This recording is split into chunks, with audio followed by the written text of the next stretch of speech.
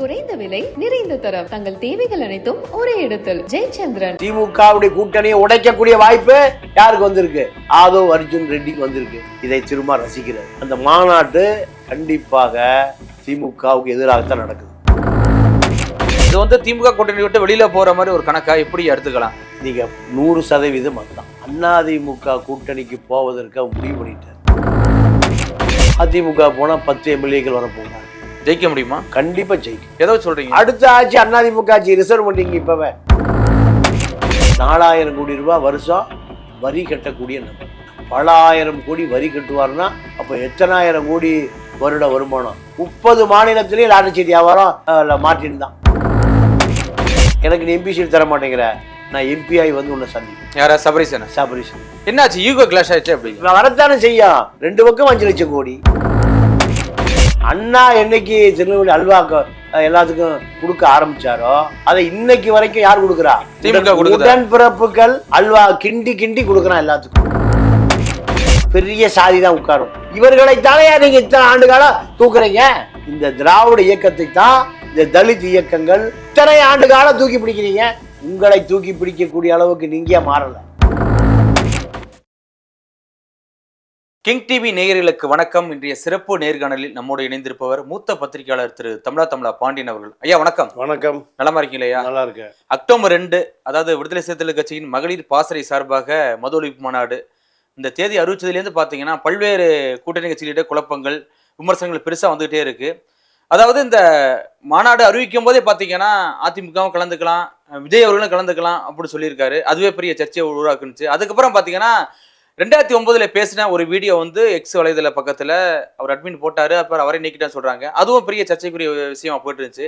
இப்போ வந்து பார்த்தீங்கன்னா விடுதலை சிறுத்தைகள் கட்சியின் துணை பொதுச் செயலாளர் ஆதவ் அர்ஜுனா வந்து அவருடைய பேட்டியும் இன்னைக்கு பல்வேறு விமர்சனம் நோக்கி போயிட்டு இருக்கு. அதாவது 4 ஆண்டு சினிமா நடிச்சுட்டு வந்தோம்லாம் இன்னைக்கு டெப்டி சிஎம்மா, 40 ஆண்டுகளமா நாங்கள் அரசியல் பண்ணிட்டு இருக்காரு எங்க தலைவர், அவர் கொடுங்க அப்படின்னு சொல்லி இருந்த அந்த விமர்சனம் வந்து இன்னைக்கு பெருசாக பேசப்படுது. இது எப்படி நீங்க பாக்குறீங்க? இல்லை, அதாவது திமுக எந்த காலத்திலும் எந்த பதவியும் அவர்களாக கூப்பிட்டு கொடுத்ததாக வரலாறே இல்லை.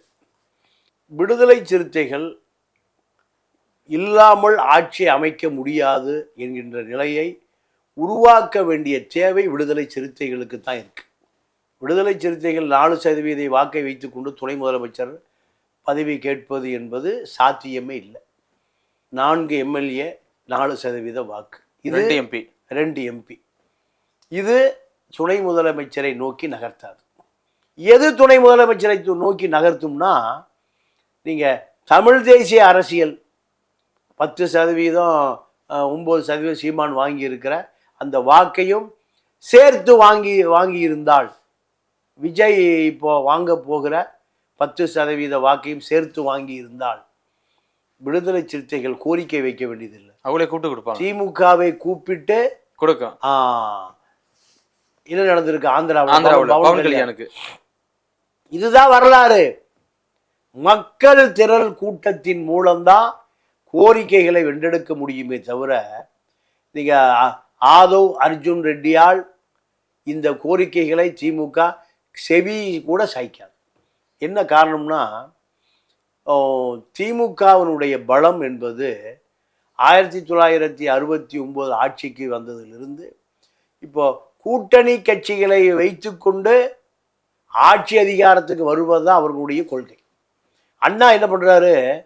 69, 67 தேர்தலில் அனைத்து கட்சி கூட்டணி, காங்கிரஸை தவிர அனைத்து கட்சி கூட்டணி. நீங்க இது ஆதவ் அர்ஜுன் ரெட்டி இதெல்லாம் தெரிஞ்சுக்கணும். அண்ணா என்ன சொல்றாரு? காங்கிரஸை ஒழிக்கணுங்க, அனைத்து கட்சி கூட்டணி, மாப்போசி கட்சி வரைக்கும் கூட்டணி, ஜனசங்கம் கூட்டணி, ராஜாஜி கூட்டணி, கம்யூனிஸ்ட் கூட்டணி, முஸ்லீம் கூட்டணி, எல்லா கூட்டணியும் என்ன சொல்றாரு அண்ணா? ஆட்சியில் பங்கு, அதிகாரத்தில் பங்கு. யாருக்கு? அவ்வளோ பேருக்கும். காங்கிரஸை ஒழிக்கணும். அண்ணாவால் ஏமாற்றப்பட்ட தமிழர்கள் அதிகாரத்துக்கு வந்த பிறகு அதை கோரிக்கையை இப்போ சிறுத்தைகளுக்கு காமிச்ச அல்வா தான். அண்ணா எப்போ காமிச்சாரு? 67. 9 இறந்துட்டார். இப்போ அண்ணா என்னைக்கு திருநெல்வேலி அல்வா எல்லாத்துக்கும் கொடுக்க ஆரம்பிச்சாரோ அதை இன்னைக்கு வரைக்கும் யார் கொடுக்குறா? திமுக கொடுக்குதா? உடன்பிறப்புகள் அல்வா கிண்டி கிண்டி கொடுக்குறான் எல்லாத்துக்கும். நீங்கள் நாடாளுமன்றத்தில் நிதியமைச்சர் பட்ஜெட் படிக்கிறதுக்கு முன்பு என்ன பண்ணுவாங்க? அந்த அம்மா யார் வந்தாலும் அல்வா கிண்டுவாங்க. இனிப்போடு போய் பட்ஜெட்டை படிக்கிறது எங்க நாடாளுமன்ற மரபு. இவங்க எப்பவுமே அல்வா வச்சிருப்பாங்க. யாரு? திமுக. அதனால இல்ல திமுக மட்டுமா இல்ல அதிமுக? அதிமுக ரெண்டுமே. நீங்க அதிமுக பக்கம் போகவே முடியாது. அங்கேயே அடிக்கடி சண்டை. எதுக்கு? அமைச்சர் பட்டியலுக்கு. இருந்தாலும் அதிமுக ஒரு சபாநாயகரை உருவாக்குச்சு இல்லையா? தனபாலங்கிறவர் ஒரு சபாநாயகரை உருவாக்குச்சு இல்ல? சபாநாயகரை உருவாக்குச்சு. நீங்க அந்தியூர் செல்வராஜ் என்ற ஒரு அருந்ததியரை அமைச்சராக்குனாங்க. விபி துரைசாமி இருந்தார். ஆமாம். நீங்கள் ரெண்டு பேருமே ஏமாற்றுவதற்கு சில ஆட்களை வச்சுருப்பாங்க. அவனாசி கருப்புசாமி அருந்ததி சமூகம், அவர் எம்எல்ஏவாக இருந்தார். கோயில் பூசாரி, இப்படி பல பேர் இருந்திருக்காங்க. ஆனால் நான் கேட்குற 5 பேர் சீட்டு. ஜெயலலிதா இருக்கும்போது ஜெயலலிதா, ஓபிஎஸ், இபிஎஸ், நத்தம் விஸ்வநாதன், செங்கோட்டையன், வைத்தியலிங்கம், இந்த பட்டியல் யாராவது ஒரு தலித் உட்கார முடியுமா? முன்வரிசையில். சரி, அப்படியே விடுங்க. திமுக பக்கம் வாங்க. திமுகவில் கருணாநிதி, ஸ்டாலின், துரைமுருகன், பொன்முடி, ஏவா வேலு, எம்ஆர்கே பன்னீர்செல்வம், பெரிய சாதி தான் உட்காரும். அப்போ இவர்கள் எங்கே? இதுதான் சமூக. இவர்களைத்தானே நீங்கள் இத்தனை ஆண்டு காலம் தூக்குறீங்க. இந்த திராவிட இயக்கத்தை தான் இந்த தலித் இயக்கங்கள் இத்தனை ஆண்டு காலம் தூக்கி பிடிக்கிறீங்க. உங்களை தூக்கி பிடிக்கக்கூடிய அளவுக்கு நீங்க மாறலை. இப்படி ஒரு கேள்வி இருக்கா இல்லையா? கண்டிப்பா. 4% அங்க உள்ள சண்டை. ரவிக்குமார் என்ன சொல்றாரு?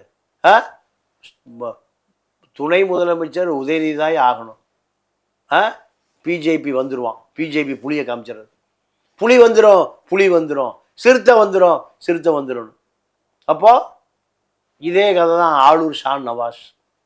நான் என்ன கேட்குறேன், 4% நீங்கள் 14% எப்போ வருவது? அப்படி வருகிற பொழுது திமுகவும் அதிமுகவும் என்ன பண்ணும்? விஜயகாந்த் வீட்டுக்கு போன மாதிரி. விஜயகாந்த் இல்லாமல் ஆட்சி அமைக்க முடியாது. ஒரு காலத்தில் சிறுத்தையும் ராமதாஸ் இல்லாமல் ஆட்சி அமைக்க முடியாதுங்கிற நிலைமை இருந்ததா இல்லையா? கண்டிப்பா. இது இல்ல, அது விஜயகாந்த் வந்து அனைத்து கட்சியும் ஒண்ணு சேர்ந்துட்டாங்க.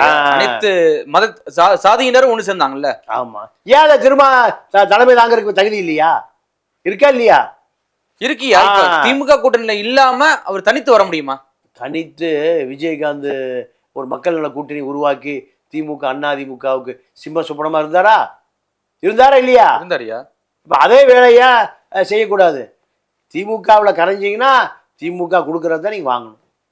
அதிமுகவில் கரைஞ்சிங்கன்னா அதிமுக கொடுப்பதை வாங்கணும். அப்போ இதில் எங்கே போய் சுயமரியாதை? அப்புறம் எங்கே போய் சமூக நீதி? நீங்கள் வன்னியரசா சொல்லுவார், பொது தொகுதி கேட்காத நீ எல்லாம். யாரு? சிறுத்தை பொது தொகுதியை கேட்காத அடிமை நீங்கள்லாம் எங்களுக்கு. கருணாநிதி எங்களை பொது தொகுதியை கேட்க வேண்டாம்னு சொன்னாருன்னு சொல்லியிருக்காரு. இப்போ அது போன்ற கேள்விகளுக்கு என்ன பதில்? நீங்கள் வலுவாக மாறினா தானே திமுக உங்களை பார்த்தா அஞ்சுவாங்க. காவடி தூக்கிறதுக்கு எப்போ கவட்ட கம்போடு வந்தீங்கன்னா, காவடி வெயிட்டாக இருக்குன்னு இப்படி கவட்ட கம்பு வச்சுருப்பாங்க தெரியுமா? கிராமத்தில் அப்போ போய் இறக்கி வச்சுக்கிறேன். முட்டு கொடுப்பது அணையாவுடைய வேலை. இப்போ ஆதவ் அர்ஜுனா வந்து திமுக கூட்டணி விமர்சிக்கிற அளவுக்கு, சிறுத்தைக்கு பிரதிநிதியாக பேசுகிற அளவுக்கு பலவீனமா இருக்கு. யாரு? திமுகவா இல்ல விசிகாவா? ரெண்டுமே பலவீனமா இருக்கு. இல்ல இப்ப ஏன் இதை பேசணும்? இந்த மது ஒழிப்பு மாநாடு அறிவிச்சதுக்கு அப்புறம் ஏன் இதெல்லாம் பேசணுங்கிறேன். இல்ல, இப்போ திமுக கூட்டணியில் இருந்து பல விமர்சனங்களை தொடர்ந்து எழுப்பி கொண்டே இருப்பது தான் இப்போ சிறுத்தைக்கான அரசியல் தேவை. ஏன்னா இப்போ ஆதவ் அர்ஜுன் ரெட்டியினுடைய பர்சனல் வேலை இதில் இருக்கு. அவரு சபரீசனுடைய நெருங்கிய கூட்டாளி, நெருங்கிய பங்குதாரர். நீங்கள் லண்டனில் இருக்கக்கூடிய, பிரிட்டனில் இருக்கக்கூடிய ஸ்காட்சி கம்பெனியினுடைய ஒரு பிரிவை இந்தியாவில் உற்பத்தி ஆகுவதற்கான ஒரு முதல் கட்ட புரிந்துணர்வு ஒப்பந்தம் வரைக்கும் போயிடுச்சு. ஆளுக்கு 2500 கோடி 5000 கோடி. 2 மாப்பிள்ளைகள். இவர் யாருக்கு மாப்பிள்ளை? முதலமைச்சருக்கு மாப்பிள்ளை, அவர் மார்ட்டினுக்கு மாப்பிள்ளை. 2 5 லட்சம் கோடிகள். மார்ட்டினுடைய மருமகனும் முதலமைச்சருடைய மருமகனும் நண்பர்கள். டீ சாப்பிட்றதுக்கே லண்டனுக்கு தான் போவாங்க. அப்போ விஸ்கி சாப்பிட்றது எங்கே போவாங்கன்னு கேட்காதீங்க. அப்போது 2 பேருக்கும் பிணக்கு வந்துருச்சு. என்ன பிணக்கு? என்னை நாடாளுமன்ற உறுப்பினர் ஆக்குன்னு கேட்குறாரு. ஆமாம், நாடாளுமன்ற தேர்தல் முன்னாடியே கேட்டாங்க. யாரு கேட்குறாரு? திமுகவில். சிறுத்தையில் இல்லைங்க, முதல்ல அவர் டிமாண்ட் வச்சதே யாரு? திமுகவில் தான். சபரீஷ் கூட நண்பனாக இருந்து சிறுத்தையில் எப்படி கேட்க முடியும்? அப்போ சபரீஷ் என்ன நினைக்கிறாரு? இந்த நபர் 4000 கோடி ரூபாய் வருஷம் வரி கட்டக்கூடிய நபர். 40,000 கோடி ஏமாத்தினா தான் 4000 கோடி வரி கட்டுவான் நம்ம ஒரு மார்வாடி. ஆமாம். அப்போ பல 1000 கோடி வரி கட்டுவார்னா அப்போ எத்தனாயிரம் கோடி வருட வருமானம்? 30 மாநிலத்திலேயே லாட்டரி சீட்டு வியாபாரம் மார்ட்டின் தான். பல லட்சம் கோடி, 5 லட்சம் கோடிக்கு மேலே சொத்துக்கள். இந்தியா முழுக்க பெரிய ரியல் எஸ்டேட் கார்ப்பரேட் நிறுவனங்கள். தேர்தல் நிதியாக இந்த எஸ்பிஐ பாண்டு இல்லை, 1000 கோடி திமுகவுக்கு, 5000 கோடி பிஜேபி. அப்போது இவ்வளோ பெரிய தொழிலதிபர்கள். இவர்கள் 2 பேருமான பிணக்கு தான் அவர் சிறுத்தையில் போய் சேர்ந்தார். சிறுத்தையில் சேர்ந்து எனக்கு நீ எம்பி சீட் தர மாட்டேங்கிற, நான் எம்பிஐ வந்து உன்னை சந்திக்கிறேன். யாரா? சபரீசன். சபரீசன் முடிவு பண்ணார், கூட்டணி கட்சிக்கு நான் தான் தலைவன், கூட்டணிக்கு நான் தான் தலைவன், 40க்கு நானே தலைவன், 40 நமதே, நாளை நமதே, எல்லாம் நான் தான் தலைவன். கருணாநிதி இருக்கிற போது கருணாநிதியுடைய மனசாட்சி முரசொலி மாற. இப்போ மாமா ஸ்டாலினுக்கு மனசாட்சி, டெல்லி மனசாட்சி யார்? சபரீசன் மருமகன். அப்போ இந்த மருமகன் சீட்டே இல்லை, அவ்வளோதான், 2 சீட்டு தான். சரியா? ரவிக்குமாருக்கு சீட்டு வேண்டாம், அதையாவது ஆதவ் அர்ஜுன் ரெட்டி எம்பியாக இருக்கக்கூடாது. இப்படி முடிவு செய்யப்பட்டதில் என்னாச்சு? ஈகோ கிளாஷ் ஆயிடுச்சு. அப்படி வரத்தானே செய்யும். 2 பக்கம் 5 லட்சம் கோடி. 500 ரூபா வச்சுருந்தால நம்மளால குவார்ட்டருக்கு சண்டை பிடிப்பான். 500 ரூபா வச்சுருந்தால நீ பெரிய, நான் 500 ரூபா முடிய வரைக்கும் உலகத்தில் எல்லாம் அவனுக்கு கீழே தான். ஒரு கோட்டை குடிச்சிருப்பான், ஒரு கோட்டை சோப்பில் இருக்கும், இன்னொரு கோட்டை பாதி இடுப்பு இருக்கும். 500 ரூபாய்க்கு 3 கோட்டை வாங்கிட்டா உலகத்தில் வெல்லப்பட முடியாத ஆள் நம்ம தமிழ் அப்படி தான் இருப்பான். டாஸ்மார்க்கில் பார்த்தீங்கன்னா ரோட்டில் போய் பஸ்ஸெல்லாம் நிறுத்துவான், பார்த்துருக்கீங்களா? போட்டோ பார்த்துருப்பீங்க. நாயெல்லாம் கொஞ்சுவான். ஆமாம். உலகத்தில் தமிழந்தாயா இப்படி காமெடி பீஸாக இருப்பான். அப்போது 5 லட்சம் கோடி இருந்து எப்படி இருக்கும்? நீயா நானா பார்த்துக்கலாம். இதுதான் ஈகோ. இப்போ இந்த வாய்ப்பு யாருக்கு வந்திருக்கு? திமுகவுடைய கூட்டணியை உடைக்கக்கூடிய வாய்ப்பு யாருக்கு வந்திருக்கு? ஆதவ் அர்ஜுன் ரெட்டிக்கு வந்திருக்கு. இதை திரும்ப ரசிக்கிறார். நான் பண்ண முடியல, நீங்கள் பண்ணியா? இப்போ அங்கே திமுகவுடைய 2 பினாமிகள் இருக்காங்க, ரவிக்குமார், ஆளூர் ஷானவாஸ். பதட்டப்படுறாங்க. என்ன பண்ணுறாங்க? பதட்டப்படுறாங்க. என்ன இந்த ஆள் எங்கேயா உள்ள வந்து சேர்ந்தான்? யார்? இந்த லாட்ரி நம்மளா லாட்ரி அடிக்க வச்சிருவான் போல் இருக்கு. நம்ம உடம்பு ஓடிட்டு இருக்குது. இப்போ தான் இருந்தாலும் அவர் என்ன சொல்றாருன்னா, இல்லைங்க தலைவரோட வழிகாட்டுதலின் படி தான் நான் பேசுகிறேன், இதில் என்ன தப்பு இருக்குங்கிறாரு. நியாயம்தான். நான் முதலே சொல்லிட்டேன், சிறுத்தை ரசிக்குது. இப்போ நீ பாட்டுக்கு நீங்கள் எம்ஜிஆர் உயிரோடு இருக்கும்போது காங்கிரஸை காலி பண்ணோம்னா காளிமுத்துட்டு வேலைக்கு கொடுத்துருவார் எம்ஜிஆர். காங்கிரஸ் கட்சி ஒரு கருவாடு, காய்ந்த கருவாடு மீனாகாது, கறந்த பால் மடிபுகாது, காங்கிரஸ் கட்சி உருப்படாது. யார் பேசுவா? காளிமுத்து. எம்ஜிஆர் ரசிப்பார். காங்கிரஸை ஒரு வழி பண்ணதில் காளிமுத்துக்கும் எம்ஜிஆருக்கும் மிகப்பெரிய சந்தோஷம். இப்போ அதே கதை தான். திமுகவை விமர்சனம், ஏன்னா நம்ம தான் பண்ண முடியல, நம்ம சிசினாவது பண்ணட்டும். ஏன்னா இல்லை ஒருவேளை அவர் சொல்லி பேச போற அப்படியா? இல்லைங்க, இல்லை இப்போ ஆல்ரெடி பார்த்தீங்கன்னா ஒரு பதிவு போட்டாரு, அதிகாரத்திலும் பங்கு ஆட்சியிலும் பங்கு அப்படின்னு சொல்லி ஒரு பதிவு போட்டாரு. தெரியாம அட்மின் போட்டாங்க அப்படின்னு சொல்லி அதை நீக்கிட்டாரு. அப்ப அதுக்கப்புறம் இவர் பேசுறாருன்னா தொடர்ச்சியா வந்து பாத்தீங்கன்னா விமர்சனம் வச்சுட்டே வர்றாரு. கூட்டணிக்கு இருந்துகிட்டு திமுகவில விமர்சனம் வச்சுக்கிட்டே வர்றாருல்ல. இல்ல நீங்க பெரும் சிறுத்தைக்கு தெரியாமல் எந்த சிறுத்தையும் கத்தி விட முடியாது. கண்டிப்பா. அப்போ ஒரு மறுப்பும் தெரிவிக்கல, மறுப்பும் தெரிவிக்கல. பெரும் சிறுத்தையினுடைய எண்ணமே அதுதான். 62 அடி கொடிக்கம்ப நட முடியல. என்னையா கூட்டணி ஆட்சியில பங்கு, கட்சியில பங்கு, என்னையா யாருக்கு பூச்சுத்துறீங்க? நாகப்பட்டினத்துலேயும் கொடிக்கம்பத்தை போட மாட்டேங்கிறான், மதுரையிலையும் கொடிக்கம்பத்தை அவுத்து கொண்டு போலீஸ் ஸ்டேஷனில் பழையருக்கு பேச்சு வாங்கி தின்னு விட்டான். வேங்க வயல் பக்கம் வயல் பக்கம் என்ன நடந்ததுன்னே தெரியல. கள்ளக்குறிச்சி பக்கம் கொடியேற்ற விட மாட்டேங்கிறான். இவ்வளோ பிரச்சனை இருக்குது. அப்போ நான் பேச முடியல, நீ பேசு. உன்னுடைய பழைய கணக்கெல்லாம் தீர்த்துக்க. சபரீஷ கணக்கெல்லாம் இதில் தீர்த்துக்கன்னு சபரீஷனுக்கும் தெரியும், அவங்க மாமா ஸ்டாலினுக்கும் தெரியும். இப்போ புதுசாக தலைவர் ஆதவ் அர்ஜுன் வந்திருக்கார் ரெட்டி. அவர் மாமா மார்ட்டினுடைய மருமக. மாமா நினைக்கிறாரு இப்போ தாண்டா நம்ம மருமக லைம் லைட்டுக்கு வந்துட்டான். 4000 கோடி வச்சு நம்ம சொன்னால் எவனும் கேட்கவே மாட்டேங்கிறான். 4000 கோடி வரி கட்டுறோம். இப்போ மருமக பேச ஆரம்பிச்சிருக்காருயா.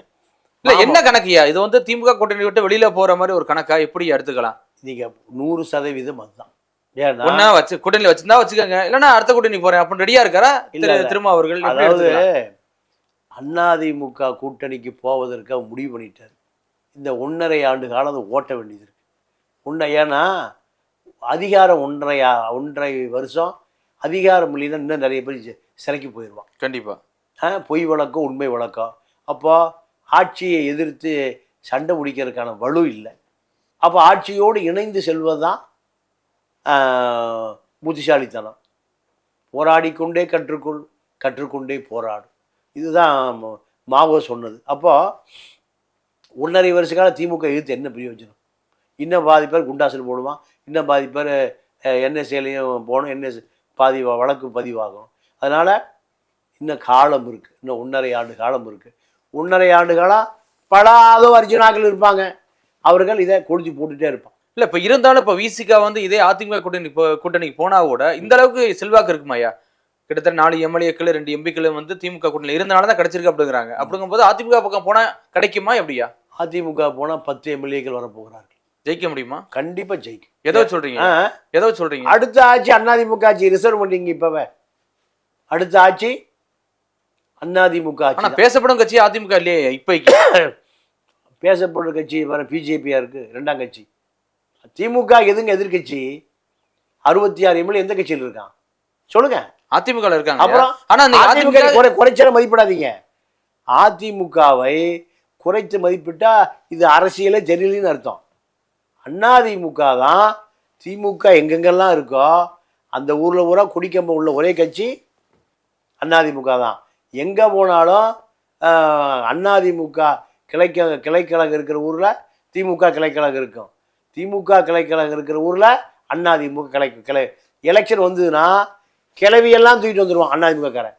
வயசானதெல்லாம் கொண்டு வந்து ஓட்டு போட்டுருவான். அதிமுக திமுக இருந்து ஓட்டு போடுவான். வேற எவனும் அந்த தகுதி உள்ள கட்சி தமிழ்நாட்டு எதுவுமே கிடையாது. ஆனால் அதிமுக வலுவா இருக்குன்னு சொல்ல வரீங்க? மிகப்பெரிய வலுவா இருக்கு. நீங்க இப்படி ஜெயலலிதா உயிரோடு இல்லையா? இப்ப திரு எடப்பாடி அவர்களை பதவியேற்ற பிறகு பாத்தீங்கன்னா கிட்டத்தட்ட 10-11 தேர்தல் தோல்வி அப்படின்னு ஒரு குற்றச்சாட்டு இருக்குல்ல எடப்பாடி மேல. ஏங்க 2021 தாங்க ஒரு தோல்வி. 21 தான் தோல்வின்னு கூட நான் சொல்ல மாட்டேன், வெற்றி. ஏன்னா 66 எம்எல்ஏ 3% வாக்கு வித்தியாசத்துல தான் எடப்பாடி தோத்தார். ஆமா, இது வந்து இப்ப உள்ள எடப்பாடி வந்து இருங்க சார், நீங்க திமுக கூட எத்தனை கட்சி கூட்டணி இருந்தது? எல்லா கட்சியும் திமுக கூட. ஆமா, பிஜேபி இருந்தாலே அவனை ஓட்டு போட மாட்டான். யாரு கூட? ஏடிஎம்கேல.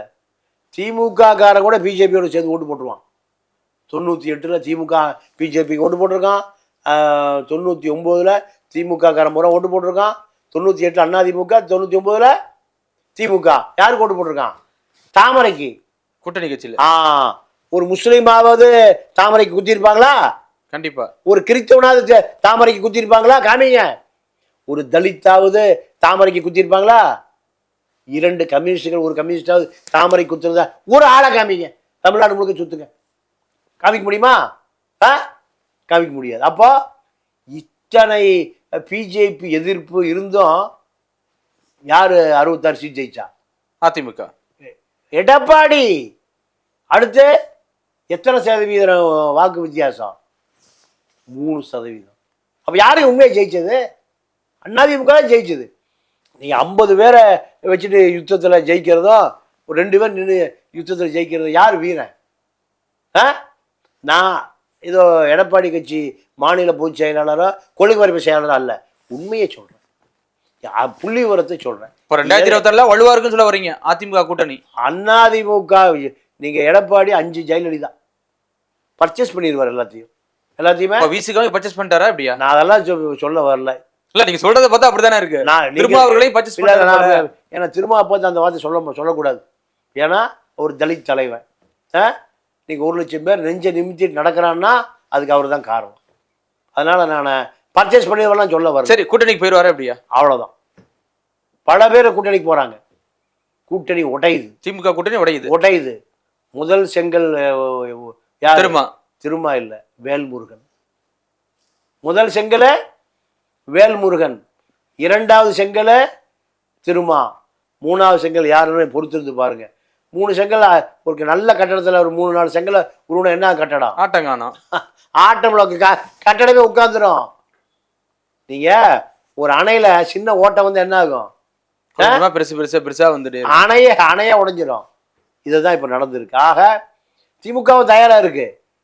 26ல் தனிச்சு நின்னாலும் ஆச்சரியப்படுவதற்கு இல்லைங்கிற செய்தி திமுக கடத்தப்பட்டு. ஆமா, கிட்டத்தட்ட 200 சீட்டு டார்கெட் அப்படிங்கிறாங்க. ஏன் இந்த கூட்டணி நம்பல? கூட்டணி உங்களை நம்பல, அதான அரசியல். கூட்டணியை நீங்க நம்பல, கூட்டணிகள் பூரா உங்களை நம்ப. சார், அரசியல் சித்த என்ன காரணம்? எப்போ வந்து உதயநிதி டெப்டி சிஎம் ஆக்க போறாங்க அப்படிங்கிற ஒரு விமர்சனம் வந்துட்டு இருக்கு. அப்படிங்கும்போது இப்போ அதை வச்சு நான் பேசுறா பார்த்தா அதே மாதிரி தானே இருக்கு. ஒருவேளை டெப்டி சிஎம் உதயநிதி ஏத்துக்கலையா அப்படி கூட்டணி கட்சி தலைவர்கள்லாம்? அதெல்லாம் ஒன்றும் இல்லை சார். நீங்கள் டெப்டி சிஎம் அவங்க கட்சி பிரச்சனை, அவங்க கட்சி பிரச்சனை, அது அல்ல காரணம். இருந்தாலும் ஆட்சியிலையும் பங்கு இருக்குல்ல. ஆட்சியில் அதாவது கம்யூனிஸ்டுகள் அதிருப்தியாக இருக்காங்க.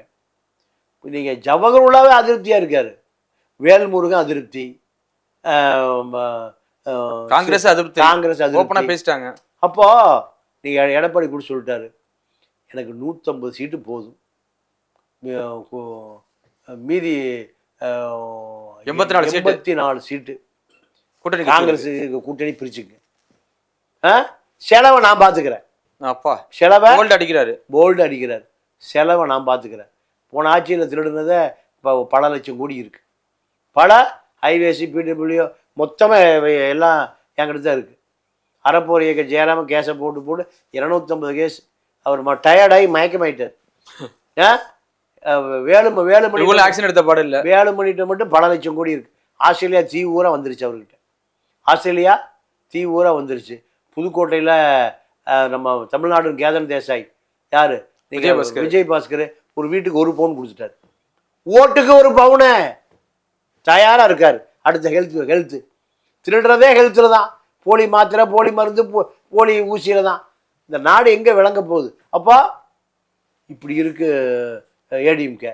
இதை எப்பவுமே கள்ளன் பெரிதா காப்பான் பெரிதான்னு கிராமத்து சொலவடை பழமொழி. நீங்கள் எந்த பொருளையும் 24 மணி நேரம் கண்காணிச்சுட்டு இருக்கும்போது 1 நிமிஷம் தீங்கன்னா திருடிட்டு போயிடுவான். எதிரி எப்போ நீங்கள் ஏமாறுறீங்களோ அப்போ திருடிட்டு போயிடுவான். அதே போல தான் அதிமுக எப்படா அந்த கூட்டணியை உடைக்கலாம், எப்போ செங்கலை உருவலாம், ஏதாவது வாய்ப்பு கிடைக்குமா? நீங்கள் இது அண்ணன் திரும்ப கூப்பிட்டாரு, எடப்பாடியும் மது ஒழிப்பு மாநாட்டு கலந்துக்கணும், உடனே கலந்துடுறேன் ஜெயக்குமார் சொல்லிட்டாரு. மது உடனே வந்துடுறேன்ட்டார். இப்படி கலந்துக்க வாய்ப்பு இருக்கு ஐயா மாநாட்டில். கலந்து கொள்ளவில்லை என்றால் அப்போ நீங்கள் சாராய கடைக்கு ஆதரவான பெண்கள் ஓட்டு பூரா எங்கே போயிடும்? எதிராக போயிடும். அதனால் முதல்ல வந்து பஸ்ஸில் துண்டை போட்டு உட்காந்துருவாங்க அதிமுக. ஏன்னா எடப்பாடி வராரு இல்லையா, மற்ற அமைச்சர்கள் ஜெயக்குமார் பண்ணாலும் அனுப்பிச்சுடுவாரு. அதிமுக தொண்டை வந்தாலும் அங்கீகாரம் தாங்க. நீங்கள் ஒரு ஆர்ப்பாட்டம் மங்கலம் நடக்கும்போது ஒரு அதிமுக கொடி இருந்தாலே முடிஞ்சு போச்சா? கண்டிப்பா. அதுதான் எடப்பாடியே தான் வரணும், இல்லை ஜெயலலிதாவே எந்திரிச்சு வரணும், எம்ஜிஆரே வரணுங்கிறத இல்லை. கடைக்கோடி தொண்டை ஒரு அதிமுக கொடியோடு வந்தால் அதுதான் அங்கீகாரம். அப்போது அந்த மாநாட்டு கண்டிப்பாக திமுகவுக்கு எதிராகத்தான் நடக்குது. அந்த மாநாடு திமுக எதிராக தான் தீர்மானம். ஏன்னா மதுக்கடை பூரா இப்போ யார் கண்ட்ரோல் இருக்கு? மத்திய அரசாங்கம் தான் கிடையாது, மாநில அரசு தான். இனிமேல் கேட்டால் அமெரிக்க அரசாங்கன்றுவாங்க. நீங்கள் உளியின் ஓசை எந்த கட்சியில் இருக்காரு? ஜெகத் ரட்சகன் எந்த கட்சியில் இருக்காரு? டிஆர் பால் எந்த கட்சியில் இருக்காரு? இப்படி எல்லா சாராய வியாபாரிகளும் திமுகவில் தான் இருக்காங்க. அது சாராய ஆலை முதலாளிகள். டிஆர் பால், ஜெகத் ரட்சகன், உளியின் ஓசை, கனிமொழி, ராஜா, இப்படி எல்லாம் பல பேர் வச்சுருக்காங்க சொல்கிறாங்க வச்சுங்க. அதே போல் எம்பி டிஸ்ட்ரிக்ஸ் புருஷோத்தம எந்த கட்சி? வயலார் ரவியுடைய சம்பந்தி காங்கிரஸ். இப்படி இப்போ பல கட்சி. இந்த திமுக ஆட்சியில் சசிகலாவுடைய மிடாஸ் கோல்டும் வாங்கப்படுது. ஓ, எப்படின்னு பாரு. மிடாஸ் கோல்டும் வாங்கிட்டாங்களையா? சரக்கு வாங்கிட்டு இருக்காங்க சார். ஆமா ஆமா, கமிஷன் போது சரக்கு கட்டிங் வருது, மக்கள் கட்டிங் அடிக்கிறான். அதாவது அதிமுக சரக்கும் திமுக ஆட்சியில ஓடுது. அதிமுக ஆட்சியில திமுக அப்போ நீங்க கட்சியில வித்தியாசம் இல்லை, சரக்கு வருதா, சரக்கு அடி. இதுதான் குடிமகனுடைய. இது திமுக சரக்கா, இது அதிமுக சரக்கா? அதெல்லாம் கிடையாது. சரக்கு நம்ம சரக்குடா, மக்கள் சரக்கு அடி. இது சசிகலா காட்சி வித்தா என்ன, ஜெகதரட்ச காட்சி வித்தா என்ன, சரக்கு வந்தா போதும், அவ்வளவுதான். டிஆர் பாலு காட்சி வித்தா என்ன, சரக்குல மப்பு ஏறுதா, ஊத்துன ரவுண்ட. இதுதான். அப்போ திராவிட ஆட்சியினுடைய மகிமையே இதுதான். இதை ஒழிக்கணுங்கிறாரு நம்ம அண்ணன் திருமா. ரைட்டு, நியாயமான கோரிக்கை. யாரும் செய்யறதுக்கு தெம்பும் திராணி இல்லாத கோரிக்கை. அந்த கூட்டணிகளை இருந்துகிட்டே பெரிய விஷயம் இல்லை. அதாவது இதை 10 வருடங்களுக்கு முன்பு செய்திருந்தால், கருணாநிதி இருக்கும்போதே செய்திருந்தா, சிறுத்தையினுடைய அரசியல் அடுத்த கட்டத்தை நோக்கி நகர்ந்திருக்கும். சீமான்ட்ட போன 9% யூடிஎன் அடிச்சு எங்கே வந்திருக்கோம்? இங்கே வந்திருக்கோம். சிறுத்தைக்கு வந்திருக்கோம். விஜய்கிட்ட போகிற 10% எங்கே வந்திருக்கோம்? நீங்கள் விஜயகாந்த் மக்கள் நல கூட்டணி தொடர்ந்து நடத்திட்டு இருந்தா திமுக அதிமுக ஒரு பெரிய அச்சுறுத்தலாக இருந்திருப்பார். ஜெயலலிதாவோட கூட்டணி சேராமல், ஜெயலலிதாவோட கூட்டணி சேர்ந்தது பின்னாடி தான் கோமாவுக்கு போயிடுச்சு அவர் கட்சி. அவர் கோமாவுக்கு போயிட்டாரு, அடுத்த கட்சியும் கோமாவுக்கு போயிடுச்சு. இப்போ திமுக அதிமுகவை எதிர்க்கக்கூடிய ஒரு தலைவனை மக்கள் தேடுறான். அதனால தான் சீமானுக்கு 9%, விஜய்க்கு ஒரு 10% ஓட்டு விழும்னு நம்பப்படுகிறது, கணிக்கப்படுது. நீங்கள் விஜய் நேரம் எங்கே போயிட்டாரு? பெரியார் திடலுக்கு போயிட்டார். இங்கிருந்தாண்டா கட்சி ஆரம்பிக்க போகிறேன். மூத்திர சட்டியோடு அந்த ஈரோட்டு கிழவன், அந்த சாக்ரட்டிஸ் எங்கெங்கெல்லாம் போனாரோ அங்கெல்லாம் நானும் போகிறேன். நீங்கள் விஜயை பெரியார் திடலில் கூட்டிகிட்டு வந்து பின்னாடி சீமானுடைய அரசியல் புஷ்ஷுன்னு போயிடுச்சு. ஒரே நாளில் சீமானை காலி பண்ணிட்டார். ஒரே நாளில் திமுக அதிமுக எல்லாத்துக்கும் அடித்து காலி பண்ணி விட்டார். எல்லாம் பெரியார் திடலுக்கு வராமல் பெரியார் போட்டா வச்சு மாலை போடுவாங்க. இவர் நேரம் எங்கே வந்துட்டார்? திடலுக்கே போயிட்டார். திடலுக்கே மாலை தட்டோட புஷியானது ஓடி போய் தொட்டாத எதை சோலோ பர்ஃபார்மன்ஸ் அவரே தட்டை எடுத்துட்டு போறாரு, மாலை எடுத்துட்டு போறாரு. அப்போ இப்போ தாயா விஜய் உண்மையாவே பெரியார் பேரன், பெரியார் உண்மையான பேரன். வீரமணி போன் போட்டு, ஐயா நான் வந்து கலந்து திடலுக்கு வர போகிறோம், எந்த எதிர்ப்பும் இல்லை, வந்து வா போ. அப்போ திடல் சிக்னல் கொடுத்தோனையும் முதலா பெரு பிஎம்டபிள்யூ பென்ஸ் கிழவன் குச்சி வச்சு அடிப்பார். ஏண்டா என் பேரை சொல்லி ஆட்சிக்கு வர போகிறீங்க, பிஎம்டபிள்யூ பென்ஷன் என் திடல் பக்கம் வந்தது, உதச்சு பெரியார் ஆவியோடு அங்கேருந்து பார்த்துட்டு இருந்திருக்காரு. ஷிஃப்ட்டு காரில் இறங்கி வந்து இறங்கினாராம். யார்? விஜய். இந்த ஆடம்பரம்லாம் வெளியில் வச்சுக்கணும். என்ன பார்க்க வரும்போது எப்படி வரணும்? சிம்பிளாக வரணும். அப்போது பெரியார் உணர்த்த ஆரம்பிச்சிருக்கார், பெரியார் பேச ஆரம்பிச்சிருக்கார். பெரியாருடைய சிலை ஒவ்வொன்றும் 3000 வோல்டேஜ் கரண்டை வச்சிருக்கு, தொட்டானா கருகிடுவான். இப்போ விஜய் அந்த அரசியல் எடுத்திருக்கார். இந்த அரசியல் இப்போ சிறுத்தையுடைய அரசியல், இது சிறுத்தையுடைய அரசியல். அப்போ இவ்வளவு அரசியலை வைத்திருக்கக்கூடிய சிறுத்தை ஏன் போய் துணை முதலமைச்சர் நீ கொடுன்னு கேட்கணும்? துணை முதலமைச்சரை எடுத்துக்கொள்ளக்கூடிய அதிகாரத்துக்கு வர வேண்டும். வரணும்னா திமுக அதிமுக எதிர்த்து அரசியல் பண்ணணும். திமுகவோடு சேர்ந்து அரசியல் பண்ணோம்னா கரைஞ்சி காணாமல் போயிருக்கு. அப்போ அடுத்த கட்ட நகர்வா யாரை பதவி கொடுக்குறாங்களோ அவங்களோட கூட்டணி காணாமல் போயிடுவீங்க. காணாமல் எதிர்ப்பு அரசியலை தான் மக்கள் விரும்புகிறான். திமுக அதிமுகவை அதில் தான் சீமான் நிற்கிறாரு, விஜய் நிற்கிறாரு. நீங்கள் எங்கே நிற்கிறீங்கிறத நீங்களே முடிவு செய்து கொள்ளுங்கள். இதுதான் எதிர்கால அரசியல். கண்டிப்பாயா பொறுத்திருந்து பார்ப்போம் என்ன நடக்குதுன்னு. மிக்க நன்றியா. நன்றி, வணக்கம்.